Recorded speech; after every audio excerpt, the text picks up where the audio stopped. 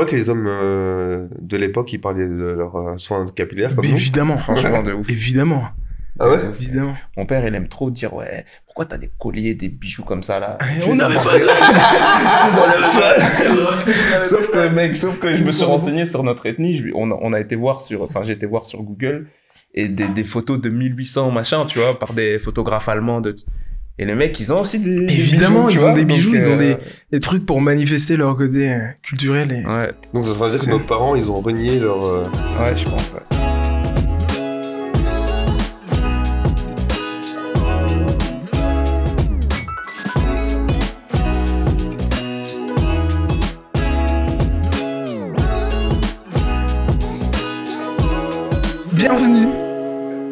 Bienvenue, chers amis, dans À peu près sérieux, le podcast mi-deep, mi-hilar et super authentique.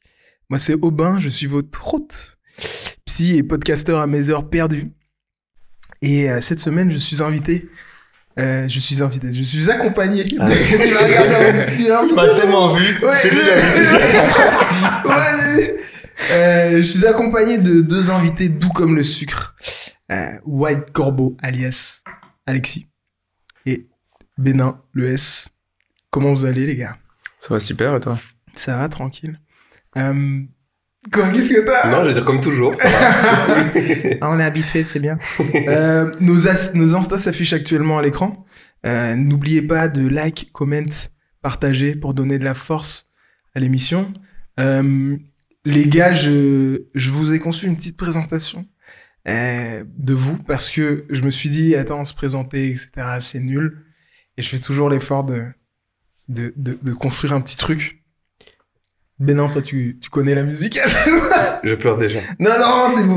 Mais non, je te mets moins dans le jus que les autres fois.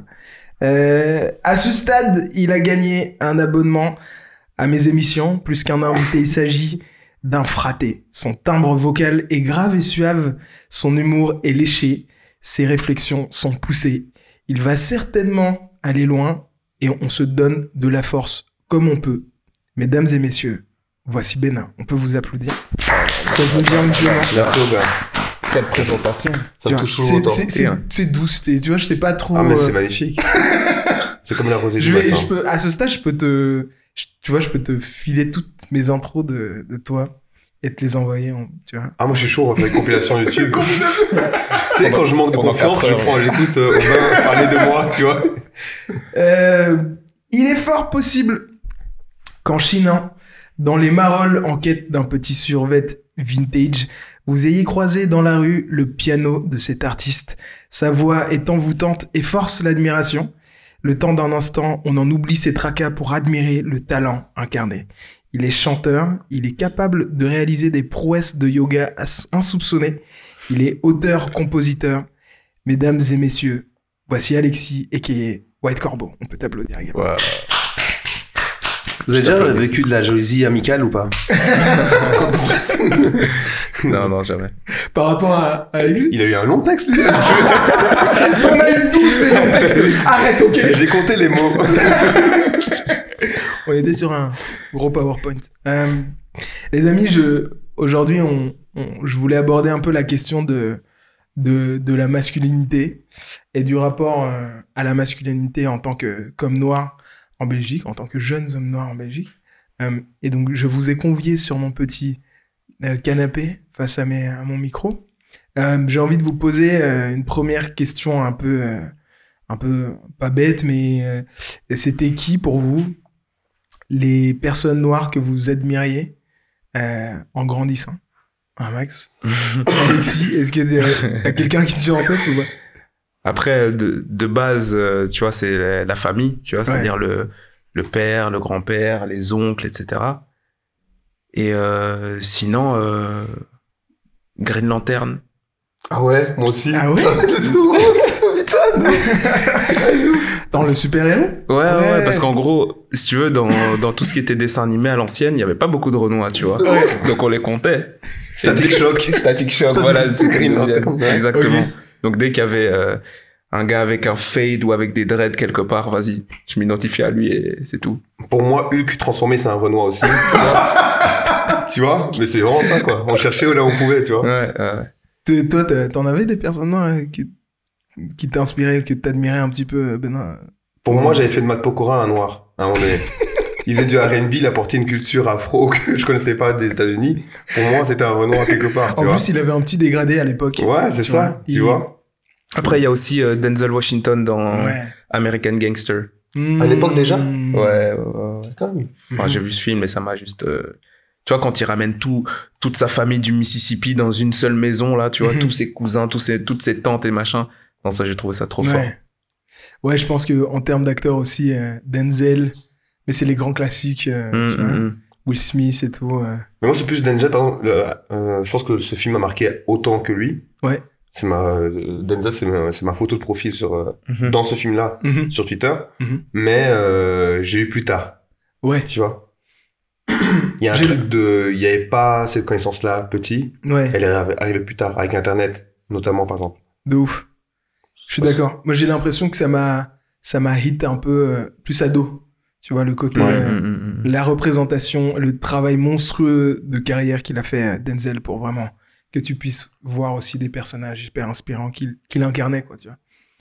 Ma deuxième question, c'est est-ce que vous avez des modèles masculins qui ont un impact important sur la manière dont vous construisez un petit peu la masculinité pour vous, dans votre entourage, proche de vous?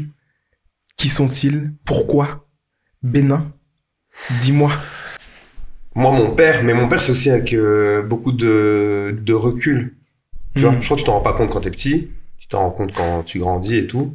En tout cas, dans mon cas, mon père a eu un gros impact, tu vois, par son parcours qu'on connaît, qui vient d'Afrique, pays en guerre, etc. Et il fait tout pour que sa famille arrive dans un pays plein d'opportunités. Et donc, je pense que mon père, mais tu t'en rends compte plus tard. Sinon, pendant longtemps, j'étais plus comme un enfant d'ici, à chercher... Vraiment chercher, quoi. À chercher, tu vois. Ouais. On est en quête. de modèles masculins, tu veux dire? De modèles masculins. Qui te ressemblent. Qui te ressemblent, ouais. Toi, Alexis? En fait, moi, comme tu sais, j'ai grandi dans le Brabant wallon. J'étais à l'école ici au Berlaymont à Waterloo. Donc, j'étais dans un environnement genre blanc, en vrai, tu vois. Donc, j'ai pas eu de prof noir où j'étais là en mode ah, putain, lui, tu vois, je veux être comme lui. Non, j'ai pas eu ça. Donc, encore une fois, c'était une espèce de recherche. On s'est un peu construit. Après, comme je t'ai dit, tu vois, la famille, ça a été très important, tu vois, mon père, mes oncles, mon grand-père, etc. Mais réellement, de personnes hors cadre familial. C'est dur, hein? Non. Ah, c'est dur. J'ai pas eu de coach Carter. Samuel L. Jackson qui dit... c'est ça qui te dit, mec, arrête tes conneries, mec. Non, mais tu sais, parce que le truc, c'est que nous, en tant que Renois, surtout, tu vois, tu voyais les autres, ils avaient des référents. Tu vois? Moi, je voyais mes potes plus jeunes, arabes, ils avaient des gens très forts en bagarre à qui ils se référaient, par exemple, tu vois, souvent. Tu veux dire des gens dans le quartier ou pas? Tu veux dire, comment ça? Ouais, mais c'est que moi, dans les quartiers où j'ai grandi, etc., je voyais que les autres enfants, en tout cas, ils avaient des références à des Bruce Lee, Jet Li, Jackie Chan, ou leurs parents, ou ils avaient des grands frères. Moi, par exemple, je suis l'aîné dans ma famille, tu vois, ce qui fait que j'avais même pas un grand frère pour me référer, tu vois. Et donc, moi, j'étais vraiment dans cette quête de, ok, il faut que je trouve un référent pour trouver ma voix, ou je sais pas trop, quoi. C'est ça. Ma définition. Et vous avez l'impression que le fait d'avoir manqué de figures un peu masculines ou, enfin, dans le nombre, quoi. Enfin, c'est la quantité un peu qui manque quand on grandit en tant que jeune garçon, jeune homme noir. Ça manque. Ça impacte un petit peu notre manière de notre identité, de se construire. C'est une question très deep. Moi, je pense que la quantité, au final, c'est pas... Comme on en a eu peu, en fait, on a fait beaucoup avec ces peu qu'on avait, tu vois. C'est pas... On n'a pas... Enfin, moi, en tout cas, j'étais pas vraiment dans un besoin j'ai besoin de figures masculines, black, etc., tu vois. Ouais. C'est juste... avec les figures que j'avais, j'allais deep dans le truc en mode pourquoi est-ce que ça m'intéresse, pourquoi est-ce que j'ai envie d'être comme lui, pourquoi est-ce que tu vois. Donc en vrai, je capitalisais sur le que j'avais, gros. Est-ce que vous avez l'impression que vous êtes très différents de vos pères? Ouais, mais c'est ça en fait, je trouve, moi. C'est que comme on n'avait pas des référents faciles en termes d'accessibilité, bah, t'as dû rafistoler avec plein d'autres choses. Et en fait, ça fait de toi une personne différente et une référence en termes de masculinité noire différente encore, tu vois. Le fait que j'ai été chercher finalement chez un Matt Pokora certaines choses et puis que je cherchais... Qu'est-ce que t'as été chercher Et j'aime pas les gars. J'avais un... Non mais tu vois, j'avais un skyblock Matt Pokora, frérot. Ok. Ça n'existe pas aujourd'hui un noir qui a un skyblock Matt Pokora. Et tout le monde foutait de ma gueule, tu vois, je veux dire. Et je comprenais pas, tu vois, je veux dire. Mais je suis en train de créer une nouvelle masculinité à laquelle quelqu'un va adhérer un jour peut-être, tu vois, mais c'est ça le truc. C'est ouf que t'aies même très tôt limite transcendé la couleur de peau juste pour trouver un... C'est fou un modèle, non quoi, tu vois. Il a fait un blackface dans ma tête. Non, c'est pas bien, mais c'est n'importe quoi, mais tu captes pas, c'est que tu prends d'autres éléments, il y a pas que Matt Pokora, tu vois. En fait, le truc, c'est que je voyais les référents des autres, c'était beaucoup de la bagarre, des trucs comme ça, des gens un peu forts et tout. Et moi, souvent, ce qui m'a touché, c'était des gens comme Gandhi, par exemple, tu vois. Moi, petit, je sais que on me met un reportage de Gandhi, et Gandhi, ça me touche. Mais par rapport à l'époque, en tout cas, ce que ça signifiait être masculin, ben Gandhi, c'est pas masculin dans les caractéristiques de l'époque, tu vois. Moi, je le trouve très fort mentalement. Mais physiquement, en bagarre, Gandhi, il est nul, tu vois, je sais pas. Tu vois? Il éclate peu de personnes. Ouais, exactement, tu vois. Ou du moins, on mise pas sur lui. Dans un premier temps, Et donc, c'est un peu tous ces trucs-là où je me dis, ben ouais, peut-être que finalement, ça peut être un complexe quelque part dans ta définition de la masculinité quand tu la confrontes au monde dans lequel tu es et la masculinité que le monde porte, en général. Mais finalement, ça peut être une qualité d'avoir aussi une masculinité différente des autres. Tu vois. C'est intéressant parce que ça, au final, ça pousse un peu aussi, comment dire, à ouvrir les frontières Ouais, bah, la définition, au final, de cette masculinité-là qui est, parce que nous, au final, on a grandi, quoi, pendant les années, 90, 2000, tu vois. C'était la bagarre. Ouais, c'est la bagarre. C'est quoi, du coup, justement, la définition de masculinité pour vous, au regard de comment on l'entendait quand on était plutôt enfant, ado c'est la force, quoi. C'est la bagarre. C'est la force, c'est la puissance, et c'est la bagarre. Ne pleure pas. Ouais. Sangoku, il a déjà pleuré. T'as déjà vu Sangoku? Il chialait, genre. Mais en vrai, je crois qu'il lâche même pas une seule larme. Je sais même pas. Ah, si. Mais genre, quand peut-être quelqu'un, un proche meurt, tu vois, quand quelqu'un meurt ou quoi. Je sais même pas, mec. Même pas, il pleure pas, il s'énerve direct, en fait. Oui, c'est ça. Il aime pas accepter sa peine, tu vois. Non, il est déjà sa tristesse, là, il l'a déjà étouffé. Ouais, c'est-à-dire qu'on a appris que, genre, vas-y, si tu perds quelqu'un, il faut taper quelqu'un en retour. Je sais pas. Après, tu te sentiras mieux. Ouais, c'est ça. Non, c'est beaucoup ça, c'est beaucoup la. Donc, dans la cour de récré, c'était vraiment, ok, qui est le plus fort, quoi. Qui est le plus. Mais pas moi, justement. Moi, je trouve que j'ai toujours été très féminin. J'ai toujours traîné beaucoup avec les gars, mais aussi beaucoup avec les filles, tu vois. Et donc, du coup, je pense que j'avais ce truc de, ok, je prends les deux. Toi, Alexis? Alors, moi, j'étais... faut savoir que, genre, à 10 ans, j'en faisais 7, tu vois. Du coup, j'étais pas le plus costaud, tu vois ce que je veux dire. T'étais Gandhi. C'est ça, j'étais un peu le Gandhi qui fédérait, on va dire, tu vois. J'aimais beaucoup faire rire, etc. Et c'était plus ça, un peu ma carte, moins c'est moi le plus fort et plus, vas-y, on passe du bon temps. J'ai l'impression que c'est beaucoup, ça allait beaucoup pour, surtout pour les jeunes hommes ou garçons noirs qui se retrouvent en minorité dans une école. Ah ouais, c'est quelque chose, hein. Et en fait, c'est soit... Je pense que t'arrives parce qu'il y a beaucoup de vérité, là, tu vois. C'est genre, tu deviens soit le gars extrêmement marrant, ou un peu la bully, celui qui veut montrer qu'il est super fort tout le temps, quoi. Mais il y a peu de place, tu vois, il y a peu de place à juste les possibilités. Et juste, vous êtes tellement que tu peux être un peu ce que tu veux. Enfin, tu vois, Je suis parti au Burundi l'année passée, je suis retourné. Et j'étais jaloux de voir tous mes petits cousins. J'ai réalisé combien, en fait, il y avait une facilité dans le fait d'être entouré par plein de gens qui te ressemblent, tu vois. Et qui font que, tu vois, t'as moins d'étiquettes à porter. Et j'ai l'impression que moi, enfant, ado, etc., tu te retrouves tellement en minorité que ce qui est peut-être une part de ta personnalité est sublimé et tu deviens que ça, tu vois. Ouais. Ou et c'est à double tranchant, c'est pas uniquement le regard des autres, tu vois. C'est toi aussi qui l'impose, tu subis ça comme si tu devais performer, quoi, tu vois.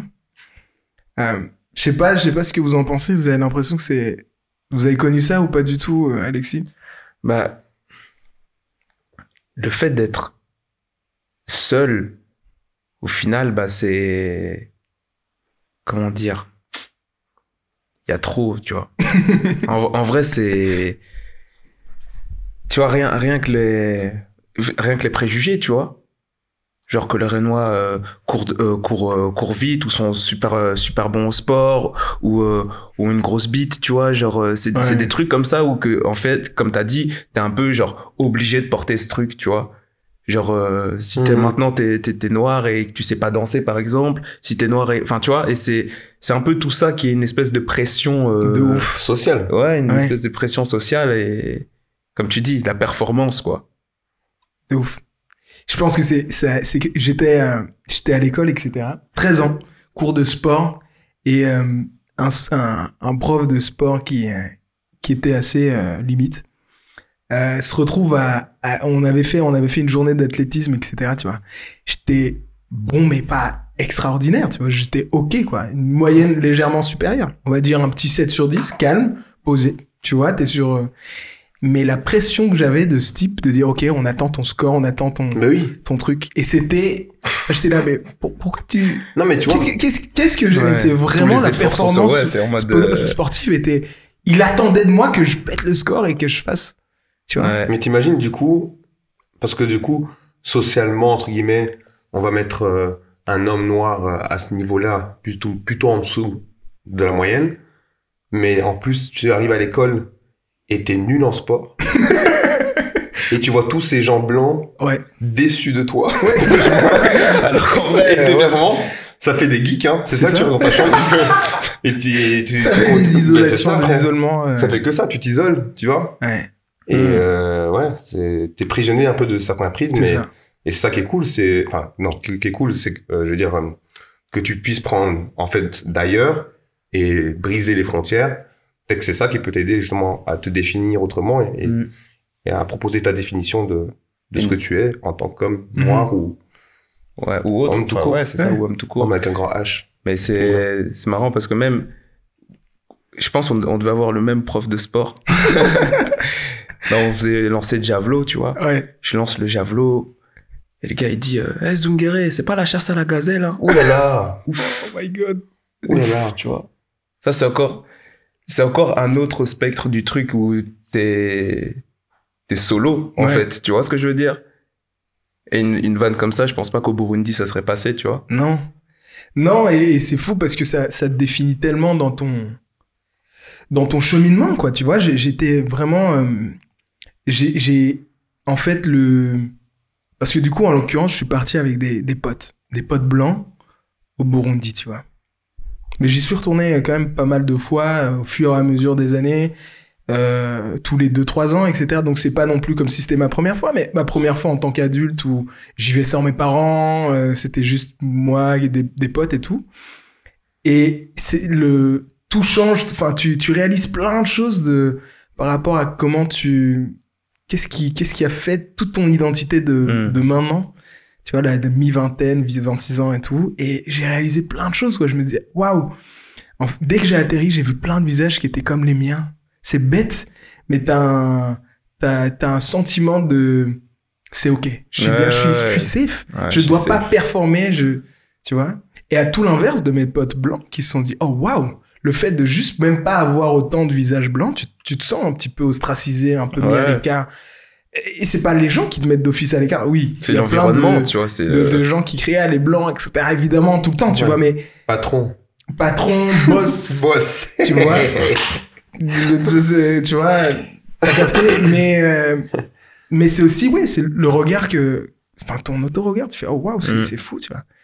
Et le fait d'être contre-normé, non-normé, tu vois, c'est.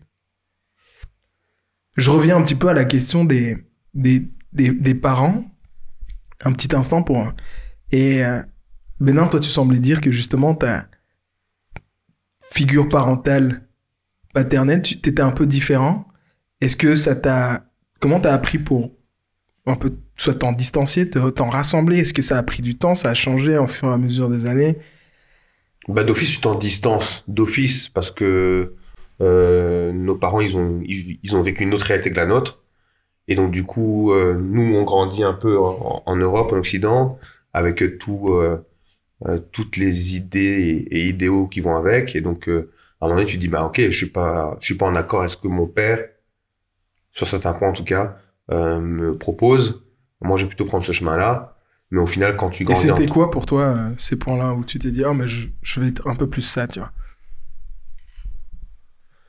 Oh,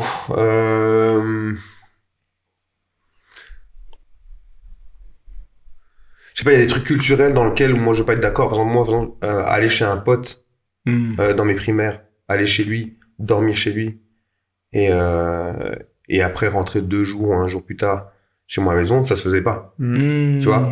Ce qui, moi, j'avais pas l'accepté, parce que moi, je voulais faire comme tous les autres garçons, ou enfants, en tout cas, de l'école, aller voir mes copains, aller chez un tel, une telle, tu vois.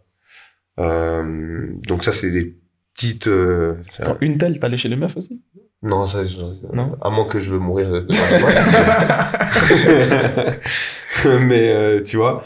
Mais donc, du coup, voilà, il y a des petites questions, enfin, c'est le prisme d'Afrique C'est ça, ouais. et le prisme occidental qui est se totalement marient différent. pas par Donc, il y a biais. une distance qui se fait, du coup, avec les parents. Souvent, ça se traduit par des conflits dans l'adolescence, et t'appelles Pascal pour régler ça en cassant du mobilier. C'était qui ton Pascal? Moi, franchement, Pascal, c'était mon daron, c'est moi qui cassais.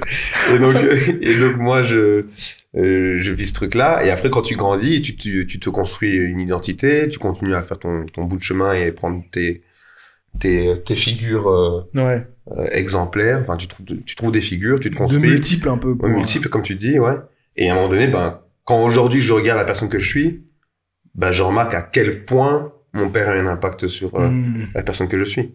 Ne fût-ce que parce que je fais aujourd'hui, en fait, je me rends compte que, bah, en fait, je suis en train de faire juste la même chose que mon père, mais rémunéré. Ouais. Une autre manière, mais D'autre manière. Quoi. c'est très similaire. Ouais, tu vois. Ouais.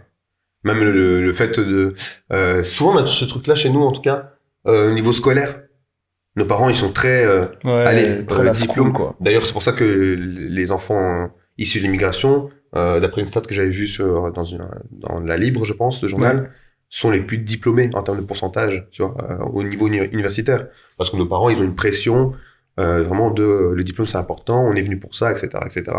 Mais du coup, avoir un enfant comme moi qui est très dans le, ok, freelance, on va être indépendant, on n'a pas forcément d'aller jusqu'au bout de ce diplôme, on peut faire de grandes choses autrement, ben, ça amène 2 mondes qui se... Ouais. Tu vois, par exemple, t'es artiste. Ouais. Je suis pas sûr que ton père, il ait été très favorable à ça. Ouais, bah, en plus, c'est paradoxal parce que c'est eux qui m'ont mis au piano. Ouais. Moi Tu aussi. vois ce que je veux dire? Mais c'est comme si, voilà, on t'apprend le piano, mais ne deviens pas pianiste. Tu vois ce que je veux dire? Et c'est un peu ce paradoxe-là, je pense. Parce que pour eux, c'est pas un métier, c'est Ouais, un c'est hobby. ça. Tu vois? Moi, mon daron, il me dit toujours, oui, tu peux raconter des blagues après sur scène. Je connais un bourgmestre qui le fait aussi. Je fais ok. Tu vois, il dit, mais lui, c'est son hobby. Moi, il comprend pas que pour moi, c'est... C'est vraiment un bourgmestre qui le fait. Il est bon, ton Qui père, le fait ouais. on the side et tout. Comment? Non, je me demandais si vraiment il y avait un bourgmestre qui... Non, mais il dit, en gros, qu'il y a des politiciens c'est ça. qui font de la politique en tant que métier, Ouais, tu vois. Et Et qui à sont côté, drôles. ils ont un hobby ouais, c'est ça. qui est drôle. Parfois, ils sont drôles aussi Ouais. à l'Assemblée, mais bon, bref, ça, tu vois. Et donc, il maintient que, ben, dans sa vision à lui, Ouais, ouais. ce que tu fais là, c'est un hobby. Donc, c'est là qu'il y a d'office une distance, tu vois. Et toi, Alexis, c'était un peu... J'installe. c'était un peu Bah, similaire. En fait, on est vachement différents. Parce que eux, ils ont grandi en Afrique pendant 18 ans de leur vie, plus ou moins, tu vois. Ouais. Mais les 18 premières années de ta vie, c'est ça qui est déterminant, tu vois. Genre, t'arrives quelque part à 18 ans, tu vas pas te faire changer par l'environnement. Alors que nous, ayant grandi ici, en 18 ans, bah justement, on est des espèces de MacGyver de l'identité. C'est-à-dire qu'on prend un peu là-bas, on prend même Green Lantern, on prend, tu vois, pour se construire. Alors que eux, en vrai, je pense pas qu'ils aient eu besoin de mettre autant d'énergie pour se construire, tu vois.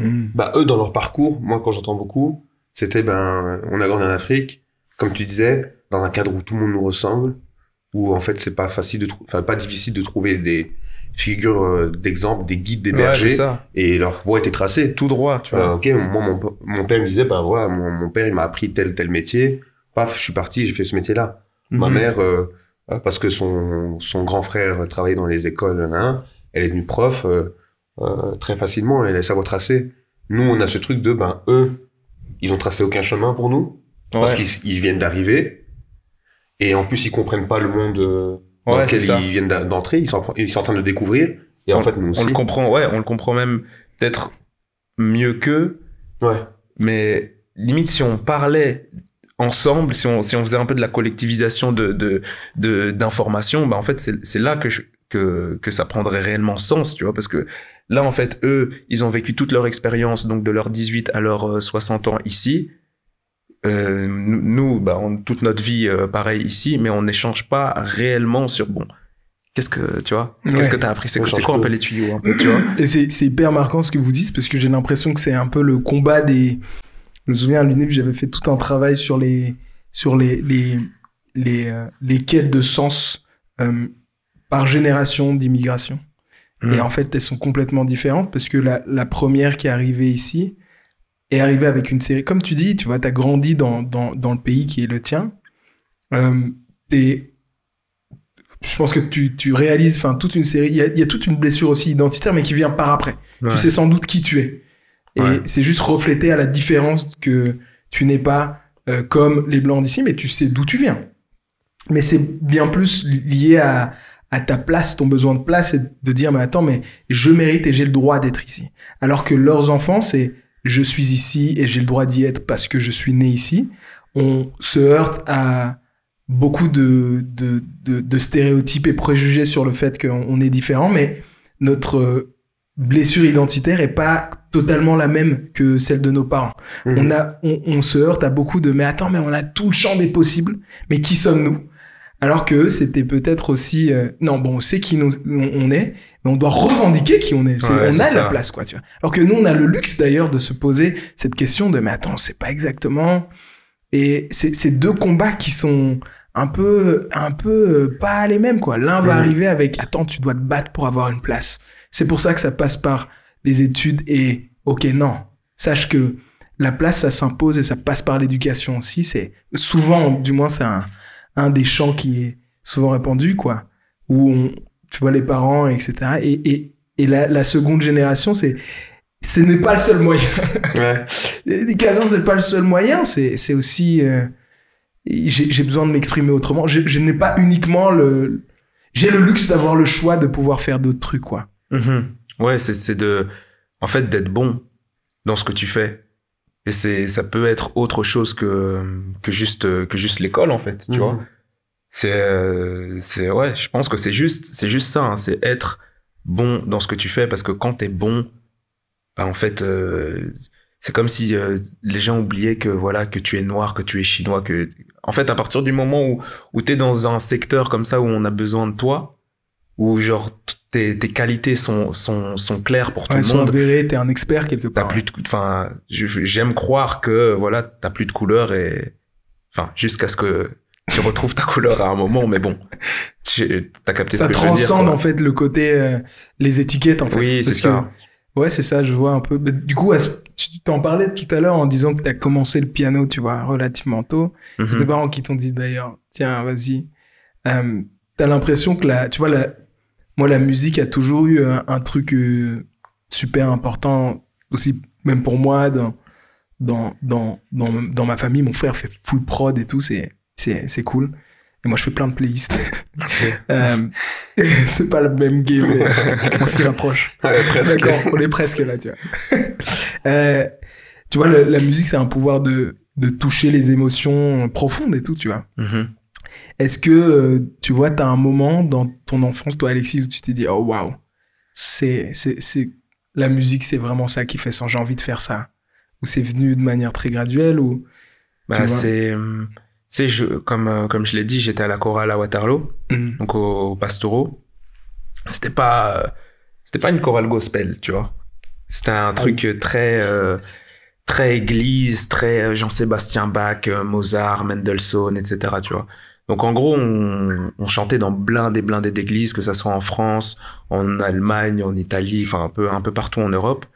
Et je pense que c'est vraiment quand on est parti en 2008 en tournée au Brésil, et que, donc là, j'avais quoi, 14-15 ans par là.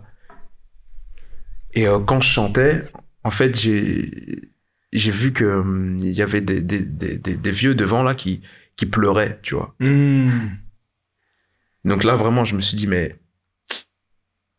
tu vois, c'est pas seulement juste moi qui fais des répètes et qui chante avec un chœur. Non, ça touche le cœur des gens. Et ouais, non, à partir de là, je me suis dit, mais non, dinguerie. C'est ça. Il y a une graine qui a été plantée et tu t'es dit, ah merde, ça fait sens en fait, pour moi. déjà, moi, ça me faisait trop kiffer de chanter avec d'autres personnes. Mais alors, en plus de ça, quand je vois que ça résonne, en fait, je me dis, mais c'est réel.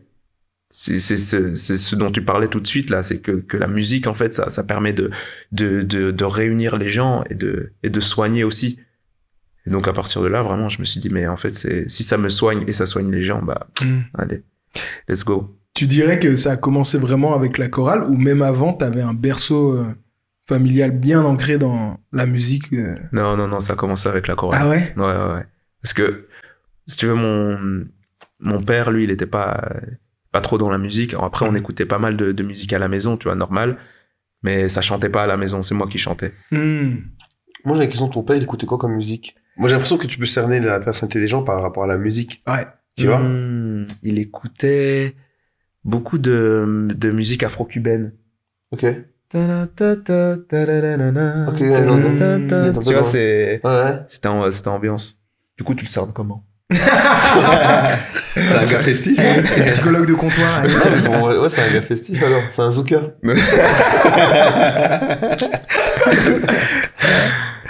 Il a quoi, un enfant? Non, il en a que 2. Ah ouais? Ouais, que 2. Okay.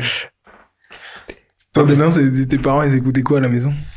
C'est normal qu'il écoute beaucoup de musique. Mon père, il écoutait pas tant de musique que ça. Ou peut-être, je crois que mon père, il écoutait ça en cachette. C'est possible. Mais ma mère, elle écoute beaucoup de musique très croyante. Ouais. Ah ouais? Ouais, sa musique, c'est pour Dieu. Ça prie Jésus. Bah oui. Ouais, ça. Donc, elle est très croyante. Après, les musiques traditionnelles de mon pays aussi, tu vois. Tu viens d'où? Rwanda. Okay. Tu vois, donc, pas mal de musique du Rwanda aussi.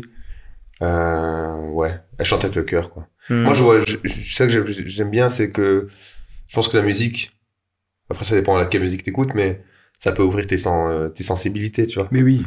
Moi, je me rends compte à quel point je suis sensible dans les musiques que j'écoute, quoi. En partie, parce que des fois, si j'écoute Caris, je suis moins sensible. Tu vois, je suis un homme dur. Mais, d'ailleurs, j'allais voir aux Ardentes, ça va être incroyable. Tu vas voir la part animale de moi. Mais, tu vois, c'est incroyable, tu vois. Mais j'étais pas là que, tu vois, il y a ce truc de, tu peux voir aussi dans tes playlists, à quel point. Mais oui, c'est vrai. T'es sensible et ouvert à tel ou tel sujet, quoi, tu vois. Ouais. C'est ça que j'aime bien quand il raconte, tu vois, quand il dit, ouais, j'ai commencé par le piano, dans l'image qu'on a, nous, à cette époque-là, de être un homme, c'est être un gros dur et tout.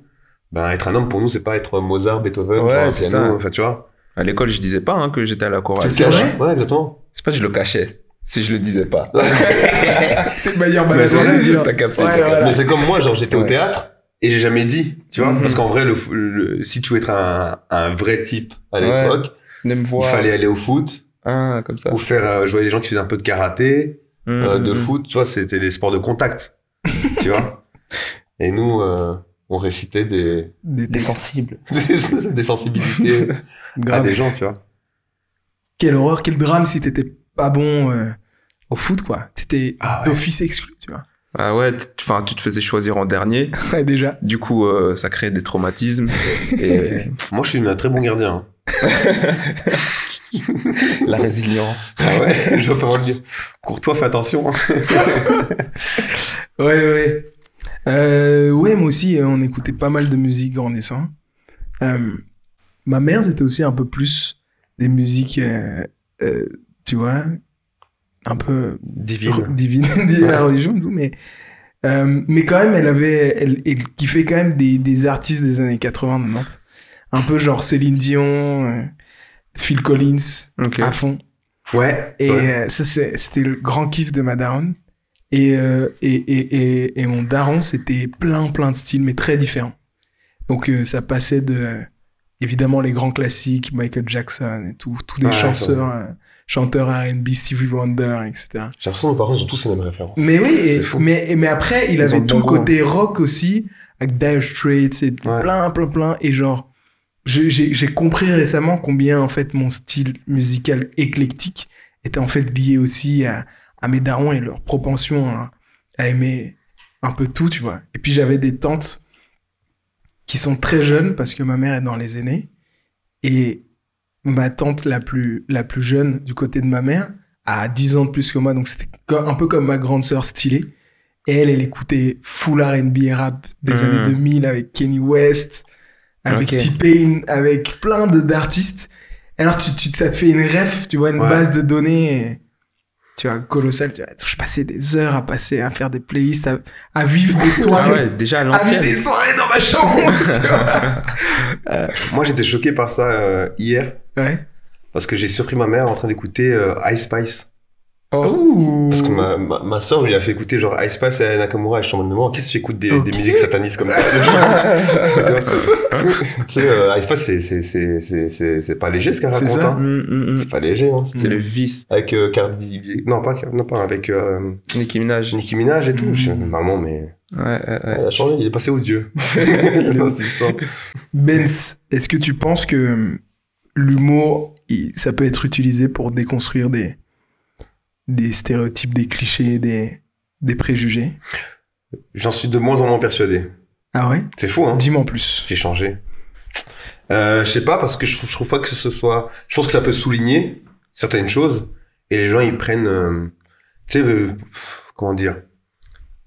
Moi, quand je me suis lancé dans l'humour, j'ai repensé à une époque, je disais à mon prof de littérature que j'aimais bien le côté bouffon du roi qui va dénoncer des choses, tu vois? Et qui va du coup mettre en valeur un phénomène de société, une chose incohérente dans la société, Ouais. face au peuple, et distraire tout le monde en rigolant. Sauf que le bouffon du roi, je pense pas que ça ait changé grand chose en général, et que souvent c'est juste sa tête à lui qui était sur un piquet de 2 heures plus tard s'il allait trop loin, tu vois. Ouais. Mais dans ce sens-là, je veux dire que aujourd'hui je fais des blagues parce que j'ai une sensibilité à certaines incohérences dans la société ou dans la vie de tous les jours, etc., etc. Et il y a des choses aussi qui me font juste simplement rire. Mais je suis pas sûr que ça va changer grand-chose. J'ai l'impression que oui, les personnes qui ont besoin d'entendre ce message-là, elles vont pouvoir prendre ce message-là et ça va peut-être les renforcer dans ce qu'elles pensent être bon et bien. Mais en vrai, les personnes qui devraient entendre ce message-là pour pouvoir y réfléchir après, Les entendent pas, en fait. ils entendent pas, en fait. Tu vois? Donc, en fait, ce que je fais, simplement, pour moi, ce que je fais, c'est juste, oui, c'est bien entre nous, entre bande de potes, on passe un bon moment, on rigole de ce qui nous fait mal, et ça nous permet de nous rendre compte de ce qui nous fait mal, et etc. Mais en vrai de vrai, les racistes, et ils sortent du spectacle et ils me disent, c'est pas bien de diviser le monde en deux, hein, dans votre sketch, tu vois? Parce que moi, ça m'est arrivé plusieurs fois d'avoir, toujours le même profil. Souvent, c'est un homme de cinquantaine, qui va sortir de la salle et qui va me dire, c'est pas bien, dans ton sketch, tu parles trop du fait d'être blanc et d'être noir. Et il dit, dans ton sketch, tu divises le monde en deux. Et j'ai envie de dire, non, je divise pas le monde en deux. Le monde, il est divisé comme ça. Ouais. Et moi, je te mets juste la lumière sur ça. De manière humoristique, tu vois. Donc juste, et comme je t'ai dit, ben, je me rends compte que les gens qui y pensent, c'est que c'est des gens qui sont déjà déconstruits, et que les gens qui ne sont pas déconstruits, Ils le vont pas y resteront penser. encore davantage, quoi. Ils vont juste dire, pourquoi il a dit Ouais. un truc que je ne vois pas tous les jours? Bah, parce qu'il faudrait que tu le vois à un moment donné, tu vois. Ouais. Donc j'essaie de lui donner mes lunettes, mais il n'en veut pas. Donc c'est ça. Pour moi, je pense pas que l'humour change quelque chose. Mais à travers ce que tu dis, il y a un double. Moi, j'entends un double message. D'un côté, tu dis bon, on peut toujours tenter et on va le faire. Et le but, c'est quand même de parler de soi. Et à travers mon message et ce qui me touche et l'humour qui me fait kiffer, j'adore être un peu ce révélateur et cet observateur. Tu vois, il y a l'étude du comportement humain par les humoristes. Moi, je trouve ça toujours phénoménal, tu vois. Mais je pense qu'il y a un truc de... le changement, il commence par soi-même. Il commence par toi et dans ta vie privée, et pas... Enfin, toi, c'est pas moi qui va faire un grand changement dans la vie de tous les jours, mais je peux être je peux être dans cette avalanche un flocon en plus pour apporter au mouvement, tu vois. Et parce que, par exemple, j'ai eu une fois une discussion avec un monsieur qui avait comme beau-fils un noir et sa fille qui était blanche, et il s'est rendu compte des inégalités sociales quand son beau-fils qui travaille dans l'entreprise a dû envoyer un papier qu'on lui a envoyé chier après 3 fois, et quand il a envoyé sa fille, on lui a répondu dans l'heure, tu vois. Il a dit, c'est cool parce que ton sketch, il valide ce que moi je me suis rendu compte, de ce dont moi je me suis rendu compte dans ma vie privée, tu vois. Donc j'ai été peut-être un flocon, un petit coup d'élan dans ce que lui avait déjà commencé à déconstruire. Là, c'est important. Du coup, et l'humour peut avoir une place là-dedans. Mais en vrai de vrai, si quelqu'un il est déjà bloqué sur ses positions, je vais rien changer à sa vie. Et il va juste se mettre dans un coin de la soirée, on va tous rigoler sans lui. Et c'est pas grave. C'est mieux même. C'est vrai que c'est vrai que si tu vois, parce qu'il y a 2 manières de voir les choses, hein, parce que tu vois, dans cette question qui est tournée autour de est-ce que l'humour peut déconstruire des stéréotypes, des préjugés, des clichés, sans doute, sans aucun doute, je pense. Mais ce que tu sembles dire, c'est oui, les personnes qui sont déjà butées et un peu, tu vois, un peu bloquées dans leurs idées de non-inclusion et de non-ouverture, eh ben, le resteront que je fasse mon sketch ou pas. Exact. Mais quelque part, j'ai l'impression, c'est mon intuition, je suis pas sociologue, mais que la majorité des personnes dans le monde est cette moyenne qui est un peu ouverte, tu vois. Tu vois, j'ai quand même l'impression, ou peut-être c'est moi qui ai une part d'optimiste un peu trop grande, ça dépend de ton environnement aussi. Ça dépend aussi de l'environnement, mais j'ai l'impression que même face au blocage et à la différence, la plupart des gens cherchent quand même à pouvoir... Attends, mais qu'est-ce qu'il y a, tu vois? Et donc, tout ça pour dire que si t'as une salle de 100 personnes, je pense que 50%, c'est la moyenne qui est un peu genre je suis indécis, je veux voir. 25 qui sont les convaincus et qui savaient déjà le message, et puis 25 autres qui sont là en mode non mais mec, tu vas rien changer, tu vois. Mais ça fait que c'est quand même intéressant de partir avec des lunettes d'artiste et de dire, même la personne que je vais rester ouvert à, peut-être que je peux, comme tu disais, éveiller quelque chose et confirmer, qui sait que cette personne pourrait être un peu éveillée à ce moment-là. Peut-être que parfois, tu vois, je suis convaincu aussi aux graines semées. Et ce que tu sèmes aujourd'hui peut fleurir des années plus tard. Ouais, tu déposes et tu vois ce que ça tu déposes et c'est fascinant. Je suis psy, tu vois, je le vois combien des gosses, des suivis que j'ai eus il y a 5 ans, quand j'étais stagiaire, et qui me le disent maintenant, qui avaient 12-13 ans, qui maintenant ont 18, on fait « Oh, waouh, tu sais que quand tu m'avais dit ça, ça m'avait marqué pour ça. Et d'ailleurs, toi, t'es là, quoi ? J'ai dit ça ?» Et ouais, cette graine-là, elle a fleuri à un moment où tu t'y attends le moins. Et je me dis, mais peut-être que cette personne dans ton... job, en fait. Ouais, tu vois, tu poses ça là et tu fais ce qui est bon pour toi. Et je me dis, le temps de la déconstruction, ben, il est peut-être pas marqué forcément au moment où le spectacle se donne et s'arrête. Et peut-être que même les 25% qui sont bloqués, eh ben, t'as rajouté un grain qui, dans 10 ans, va se déconstruire. Enfin, je sais pas, tiens. Moi, je pense que la révolution sera par les femmes.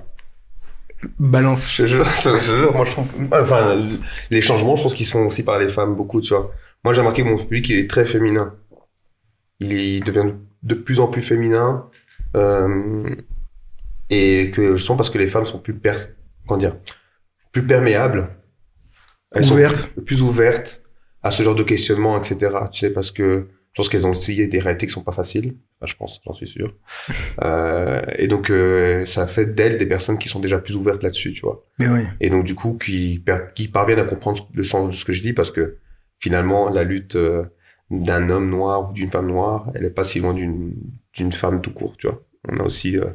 Ouais, dès que tu fais face à une injustice, ben, tu peux comprendre tout à fait et te mettre dans la peau ou dans les chaussures de quelqu'un, quelqu'un qui a subi des injustices. T'as l'impression de ça par rapport à ton public, toi, Alexis, que tu vois, en écoutant tes musiques, je me demande aussi, est-ce que tu, en tant qu'auteur, compositeur, t'as l'impression que tu écris, avec cette casquette parfois d'un homme noir, ou t'essaies justement le plus possible de t'en distancier? C'est quoi ton rapport à... Bah, c'est très spontané. Je t'avoue, c'est très spontané. Quand j'ai une idée en tête, bah, je m'écoute. Et je me dis que, voilà, si j'ai eu telle idée, bah, c'est important de l'exprimer sans être un néo Black Panther, tu vois. Parce que, du coup, ça parlerait pas à tout un pourcentage, justement, du public, mais, par exemple, dans une chanson Nobody Else, j'ai dit que c'est juste une phase où je dis que voilà, en tant qu'Africain, on a pleuré des rivières de diamants, mais c'est tout, tu vois. Je pose ça là et j'avance. Je vais pas commencer à faire des grands discours de nous avons souffert, non, tu vois. On est plus là-dedans. Là, on est juste dans bon, comment est-ce qu'on se reconstruit en tant que justement homme noir. Et pas passer son temps à se plaindre, mais plutôt justement à être un exemple de résilience pour les petits frères et les petites sœurs aussi, tu vois, parce que on a tendance aussi à oublier ça. C'est qu'on est à la recherche de modèles en oubliant même qu'en fait on est même les modèles des plus jeunes. Deep shit. Deep shit, bro. De ouf, je suis tout à fait d'accord.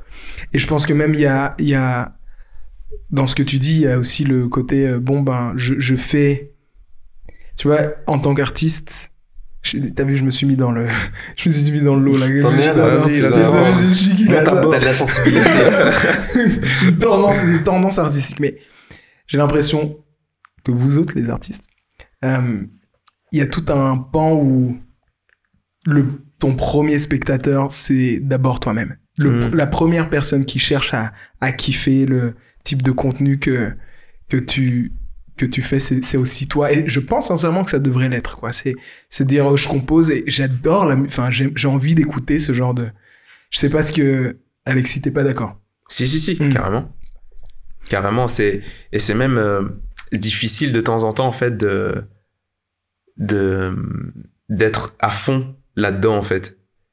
Parce que, ok, tu peux faire une chanson où ça te fait kiffer, mais à partir du moment, en fait, où tu le sors, où tu le confrontes aux gens, bah, très vite, en fait, tu commences à te mettre une espèce de pression sur qu'est-ce que les gens veulent, tu vois. Ouais. Et je pense que ça, c'est le piège, parce que si maintenant tu commences à faire des trucs pour les gens, c'est là que tu commences, en fait, à perdre un peu en authenticité. C'est ça. C'est en honnêteté, en vérité envers soi, quoi.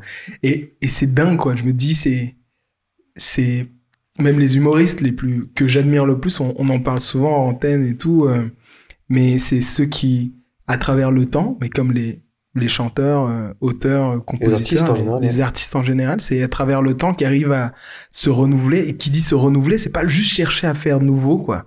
C'est des gens qui arrivent à rester honnêtes et sincères avec eux-mêmes dans leur art et qui évoluent et qui, du coup, permettent à leur public d'évoluer aussi, quoi. Exact. Ça veut dire qu'il faut être tellement audacieux et tellement... faut avoir des balls, quoi, tu vois, de pouvoir se dire, je lâche la personne parce que t'abandonnes d'une certaine manière. À chaque nouvel album, Kendrick, genre, il abandonne le personnage qu'il incarnait juste avant. Pour pouvoir se dire, je vais les bousculer parce que j'ai envie de me bousculer, quoi. Je prends Kendrick en référence, mais il y en a plein d'autres, quoi. Enfin, tu vois. Et Matokora, à un moment donné. il a fait Robin des Bois, et moi j'ai dit je descends du train. Voilà. C'est plus du R&B, je casse quoi, c'est ça. C'est tout.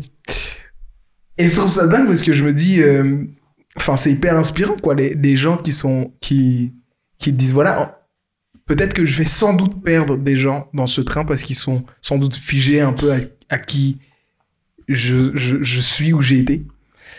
Et je le suis plus. Et moi, je suis attaché à évoluer aussi, tu vois.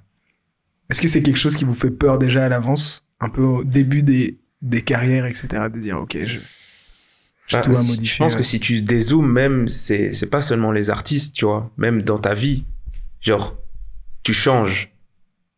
Il y a des moments comme ça, que c'est des moments charnières où, genre, tu changes, mec.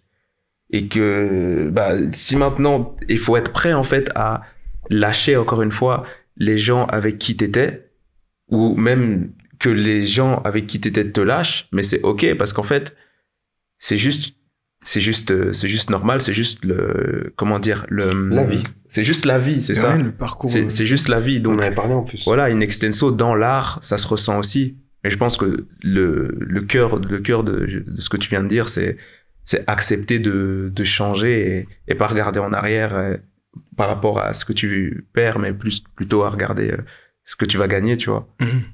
Et se concentrer là-dessus. Je trouve ça très admirable, les gens, tu vois, je sais pas, mais c'est un travail avec l'ego qui est énorme tu vois, des gens à qui tu dis, ou qui te disent, oh waouh, j'ai kiffé ce que t'as fait à ce moment-là, j'ai kiffé ton travail sur ça, ou tu vois, j'ai adoré ce que t'as dit, ou j'ai adoré cette musique, et et lâcher complètement, que ça soit positif ou négatif, quoi.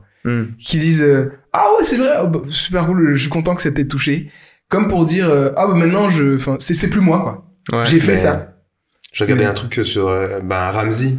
Ouais. Et Eric et Ramzy, ils en parlaient. À un moment donné, tout le monde demandait qu'il fasse un nouveau H. Ouais. Mais Ramzy, il le dit lui-même, il dit, quand je regarde H, j'ai l'impression de regarder une personne qui n'est pas moi. Tu vois? Et donc, tant mieux. C'est une œuvre, mais on va pas refaire une œuvre par-dessus. Parce qu'en fait, elle va sembler tellement différente. Ce sera pas la même chose, c'est pas les mêmes personnes. Et voilà, il a juste accepté qu'aujourd'hui, il est un homme différent et qu'on va laisser H dans l'histoire, la culture et tel qu'il est. Je pense que c'est ça qui est important, c'est rester authentique et aligné avec toi-même, quoi. Et t'avances aussi, quoi. Ouais, t'avances. Et c'est ok d'avancer, c'est ok de pas être la même personne qu'hier. Et... Ouais. Moi, je suis pas encore là-dedans parce que je me cherche encore, mais mais tu vois, un jour, quand je me serai trouvé, je vais dire, je m'abandonne aussi et je retrouverai un autre. Je te trouve pas assez trop humble, tu vois. Ah ouais? Ouais, parce que non, oui, dans ce processus de te trouver, tu t'es trouvé quand même pas mal de fois aussi, t'es en accord aussi avec la personne avec qui tu...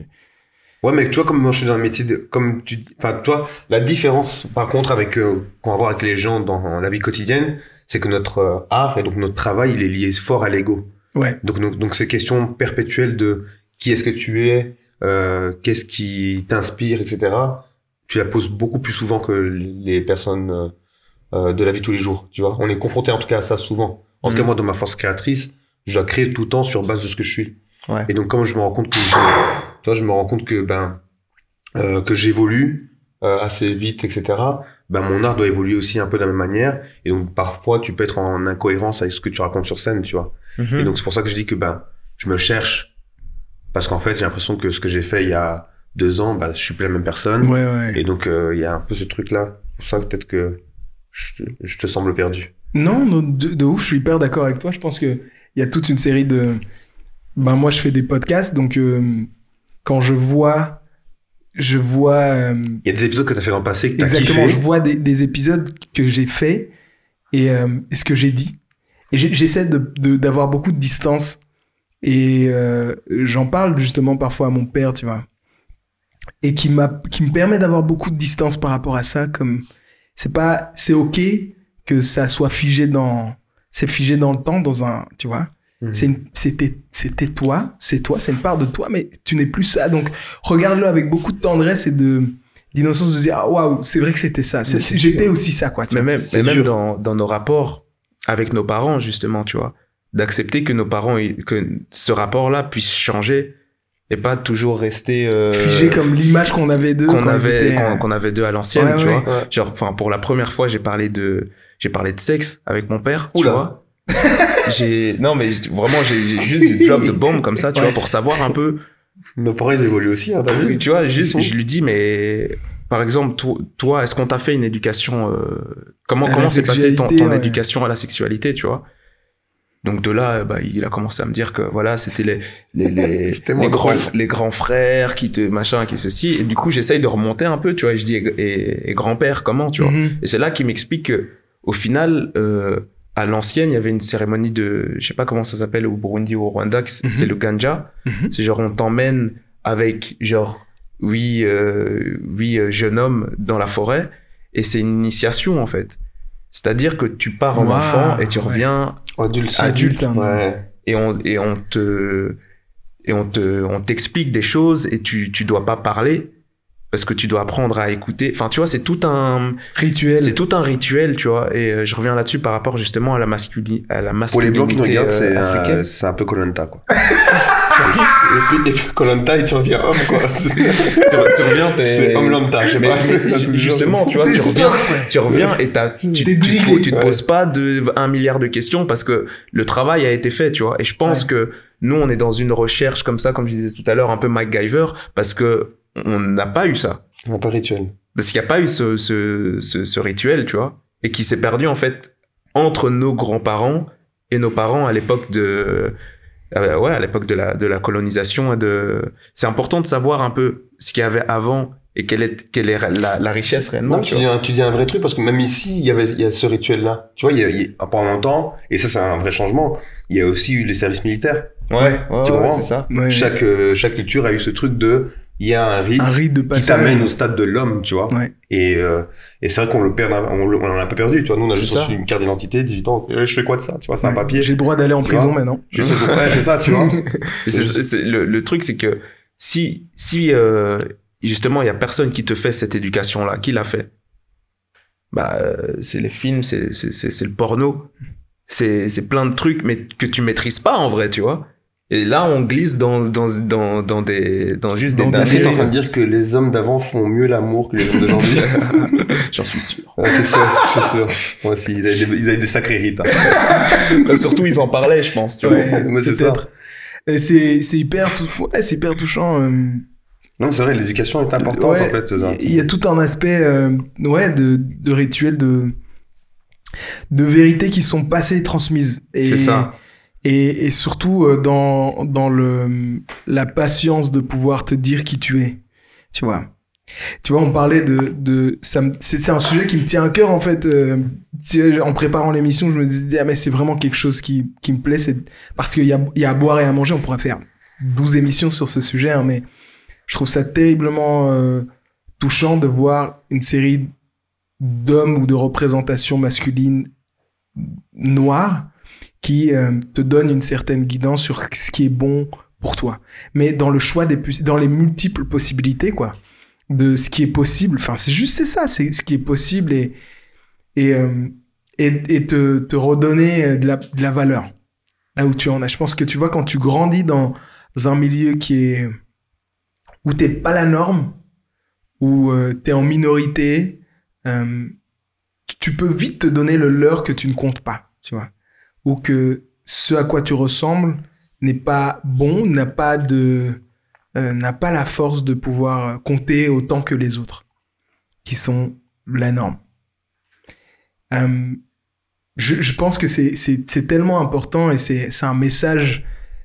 Une des premières raisons qui me disait que c'était cool de faire ce podcast, c'était « Oh wow, moi j'aurais aimé voir un gars noir parler de sujets sérieux ou pas à l'écran, quoi, tu vois. C'est parce que ça a manqué, quoi. Je me disais, mais c'est cool, enfin, ça a le mérite d'exister, quoi, tu vois. Ça peut compter ça aussi, quoi, tu vois. T'es en train de dire que on va être les Green Lantern de quelqu'un. Mais oui, mais quelque part, je me dis que c'est cool, ça répond à ton besoin d'être vu, d'être reconnu, d'être observé, d'être entendu, quoi, tu vois. Ouais. Et c'est important, tu vois, et je me dis, et je remercie mes darons par bien des manières dans une... Et ça, tu le vois bien plus tard, tu vois, quand t'as le seum sur tes darons quand t'es ado, parce que tu vis ta crise et Il y a plein de choses qui se passent, mais bien après, tu dis, OK, waouh, en fait, je sais qui je suis et je compte pas moins, tu vois. Et ils ont mis un point d'honneur à me rappeler combien, genre, ma voix est aussi importante et elle mérite d'être entendue et écoutée tout autant que celle d'un autre, quoi, tu vois. Et tu appliques rigueur et aussi légèreté, aussi joie, mais tu comptes, quoi. Ta peau noire, elle est belle, elle a de la valeur, quoi, tu vois. Le fait de l'entendre, tu vois, c'est important, quoi, tu vois. Tu vois, c'est Black Affirmation, tu vois. Il y a toute une vague de ça, d'entendre ça sur les réseaux et tout, tu vois, ouf, de Black Excellence et tout. C'est important ça peut paraître niais et simpliste, tu vois, mais ça a le mérite d'exister, quoi, parce que c'est rappeler à des gens qui se sentent souvent facilement, en fait, dévalorisés, de dire, ah, mais non, après, je pense que, tu vois, comme tu dis, c'est simple ou simpliste, mais notre identité a tellement été mise à mal, tellement profondément, que les choses simples, en fait, deviennent, genre, juste hyper importantes, quoi, tu vois. Et c'est hyper important. C'est hyper important de reprendre en main notre imaginaire. Parce que ça aussi, tu vois, c'est un truc, genre, tu vois, en Asie, les Asiatiques, ils regardent des films asiatiques. En Inde, c'est des films indiens. Les Blancs, ils regardent des films blancs, tu vois. Et par contre, nous, on consomme des films blancs ou des films... Ou des films noirs racontés par des Blancs. Tu vois ce que je veux dire, dans le sens où c'est pas nous qui décidons réellement de comment on est représenté, comment on se représente, comment on se voit, tu vois. C'est la culture. Ouais, et ça, je pense réellement que tant que ce sujet-là sera pas réglé, en fait, on va aller pleurer parce que un tel a dit que la petite sirène devait pas être noire. Enfin, dans le fond du fond, même si on veut la faire noire, si tu fais toi-même le film, tu l'as fait noire et c'est tout, basta. C'est tout. Sauf que si maintenant tu dois dépendre d'un tel ou d'un tel ou d'un tel, c'est beaucoup plus compliqué, quoi. Pour ça, c'est lourd, hein. Je pense aussi de se réapproprier, finalement, ça, c'est l'histoire de se réapproprier sa culture. Mais se réapproprier sa culture, ça veut dire la créer et aussi la consommer. Ouais. Tu vois, parce que moi, dans ce combat-là, pour moi, hein, ce qui est plus important que de raconter des histoires sur scène par rapport à ce que je suis, c'est aussi d'avoir des gens comme moi qui sont aussi dans la salle pour consommer ce que je fais. Et pas que ce que je fais, en fait. J'aimerais aussi qu'ils consomment simplement aussi tous les autres types d'humour qui existent. Et moi, je trouve que, oui, il y a eu, il y a eu un manque en termes de représentativité dans mon milieu sur scène. Ouais. Mais quand je vais dans les salles, je vois qu'il y a aussi un manque dans le public. Mais oui. Et que pour moi, ça me fait hyper plaisir de voir, en fait, finalement, des gens de ma communauté consommer de l'humour en tout genre, tu vois. Et du coup, finalement, dans ce qu'ils vont consommer, prendre ce qui est nécessaire à leur éducation et à ce qu'ils veulent entendre et développer. De multiples facettes. Exactement, tu vois. Et moyens. Donc, je pense que l'accès à la culture aussi, il est très important, tu vois. Comme tu dis, ce truc et c'est peut-être parce que, il y a un truc de, ça nous ressemblait pas. Et c'est pour ça qu'on va pas, parce qu'il y a 10 ans, 15 ans, ça ne ressemblait pas. Il y a pas beaucoup de personnes dans le divertissement qui étaient à notre image, mais c'est à nous aussi de mettre en avant et de montrer qu'on peut créer des opportunités par ce biais-là, quoi. Qu'on peut faire des choses dans le public, quoi. J'ai envie de vous poser j'ai 1000 questions et on arrive doucement à la fin de cette émission. Hein, le temps passe vite. À chaque fois, il passe trop vite. Sur cette même idée, l'émission aborde un peu la question des normes sociales et du rapport à la masculinité en tant que jeunes hommes noirs. C'est quoi le message que vous voudriez transmettre à un jeune gars, quoi, tu vois, qui est ado, qui se cherche, qui a envie, qui est en train de se questionner par rapport à la masculinité, à qui il est, parce que c'est un jeune gars noir. À vous, qu'est-ce que vous avez envie de vous dire, en fait, à vous de quand vous aviez 13, 14, 15 ans? Va à l'école. Arrête de faire le pitre à l'école. Non, je sais pas. Vas-y, je te laisse commencer. Ok. Je me mouille pas. Merci. C'est ma vision, ma masculinité. Bah, je commencerai par dire que, ouais, juste fais ton truc, sois toi. C'est hyper difficile, en fait, d'être soi-même, de s'assumer.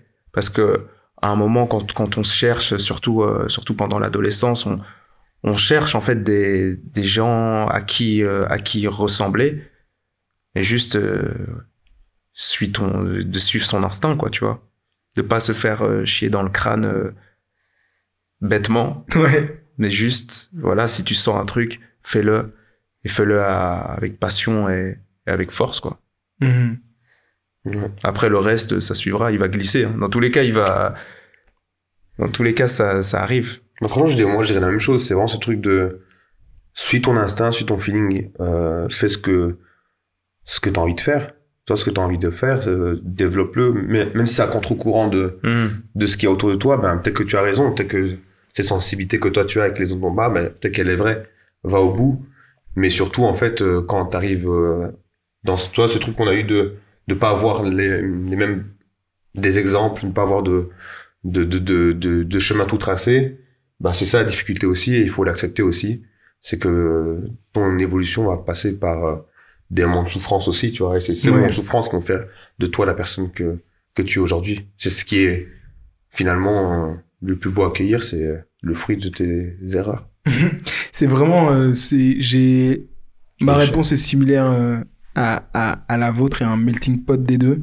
Je pense que ça passe par beaucoup d'intuition de ce qui est juste et en même temps de ne pas avoir peur d'échouer et d'être vulnérable, en fait, tu vois. Je pense qu'on a tellement peur à cet âge de ne pas être conforme, tu vois, de pas être justement le prototype et le stéréotype de ce qui est juste. Donc, je pense qu'aujourd'hui, les accès à la différence sont bien plus grandes que nous quand on avait 10 ans. Peut-être même trop, mais par bien des accès, quand je regarde, tu vois, TikTok, Instagram, machin, etc., les accès sont nombreux. Mais voilà, je pense que entoure-toi bien plus que seulement de gens qui te ressemblent. J'ai envie de dire, entoure-toi de personnes qui accueillent ta différence. Les amis, on va se quitter. Avant de se quitter, j'ai envie de vous poser... T'as vu, j'ai pas envie de clôturer cette émission. Hein. T'as vu, hein. On se pose et tu coupes après. On continue, on poursuit. Quelles sont vos recommandations? Si vous devez avoir une œuvre artistique, un film, une série, un livre que vous avez envie de partager, qui vous parle, qui vous a parlé récemment ou pas, vous dites que vous avez envie de conseiller. Moi, je conseillerais d'aller au commissariat de police de Laken. Ah oui, c'est pas une blague, en fait. Non, c'est pas une blague. Juste à côté de la maison de la création. Ouais. Et si tu veux, dans le lobby pour attendre, il y a une énorme peinture, mais genre de 6 mètres sur 4, tu vois, un pillage d'une ville de Moabite un peuple à l'ancienne. Et c'est que des Renois en armure, sur des chevaux, qui en gros, c'est... Mec, pour la première fois de ma vie, j'ai vu ça, genre... parce que je m'étais fait enlever ma caisse l'année dernière, tu vois. Mais en fait, le fait de voir comme ça des hommes noirs en armure fiers, mec, ça a un peu changé ma vie, je t'avoue. Dans un commissariat de police. Dans un commissariat de police, c'est pas fou. Je sais pas quel commissariat c'est, mais franchement... La queue, non, on va voir. Ouais, on va y aller, franchement. On va se faire une petite excursion ensemble.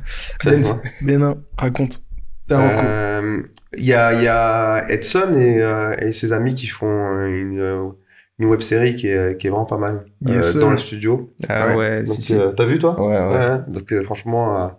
à suivre, c'est pas mal. On leur donne de la force aux refs. Mais bien sûr, c'est important, tu vois. Je pense qu'il y a besoin de ça. Et je suis dans le générique.